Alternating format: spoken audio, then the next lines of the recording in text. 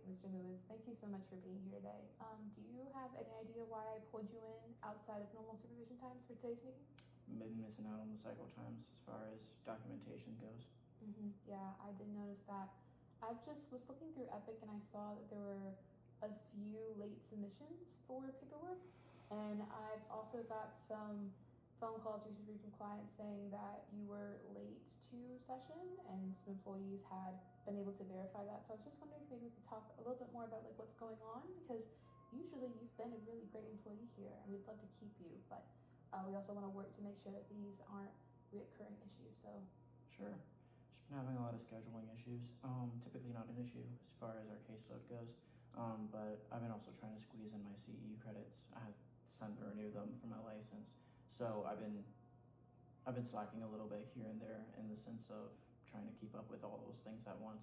A few higher intensity clients coming in as well, causing scheduling issues. But besides that, I mean, I've been trying to keep up as best I can. okay, I mean, I have a little bit of idea just because we've been talking weekly about some of the clients that you've been seeing, but how many do you think have been higher need than perhaps other ones have been? About 20% of my typical caseload recently. Okay. Usually it's around 10 to 15, but it's peaked up a little bit here. All right, and how many like new clients have you taken on that perhaps aren't as in big need, like levels of care? You know how we have our levels of care about 1, 2, and 3, 3 being the highest and 1 being the lowest so far, because I thought that I had for you in this plan is to perhaps lower the amount of clients that you've been seeing, kind of focus a little bit more on those higher cases since you have been here for so long. But in doing so, right, I'm also going to have to resource allocate a little bit and ask some of our other social workers if they'd be willing to take that on. And it might cause a bit of conflict of interest a little bit for the clients that we serve. So how many new people have you taken on recently? I'd say about a quarter of my caseload has been new people. Okay. Which is probably what's been causing a lot of that delayed, because a new intake documentation is a lot more detailed than a recurring intake. So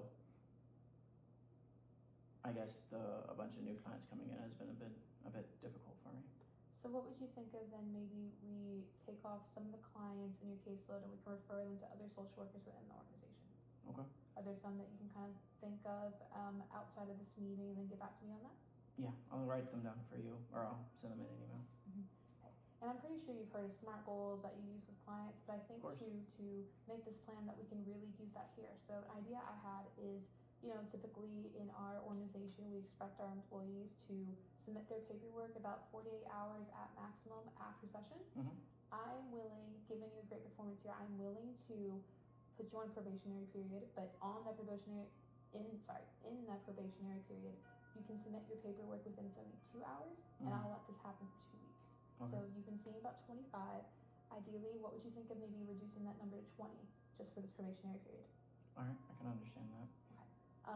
Given our pediatric population and families, we've had a lot of influx recently in terms of people coming and then people leaving. So it is likely that at the end of these 2 weeks, we can raise you back up to that number of 25, which is typical of what we prefer. But given you have your CEs coming up, do you feel like 2 weeks is going to be enough time for you to kind of finish whatever paperwork you're behind on there? Oh, absolutely. It shouldn't take me too long to catch back up, as long as I have the ability to. Okay. And then my other thought was, and forgive me if I've already said this, but within that probationary period, what I would do is, at least for those 2 weeks, I would have another 30-minute phone call with you. I am very interested in what you were saying about some of these higher need cases, and perhaps if there's any emotional struggles that have been going on that could further explain some of the tardiness that I have been seeing. So what I'm going to do is I call you each week for that additional 30 minutes, see what maybe your peer social worker would say, and we can get into a little bit more detail later about who you feel confident in and also who has that level of expertise that they can be filled in like that. And that is all I really have for today. Do you want to add anything? Yeah. I just want to thank you again for the opportunity.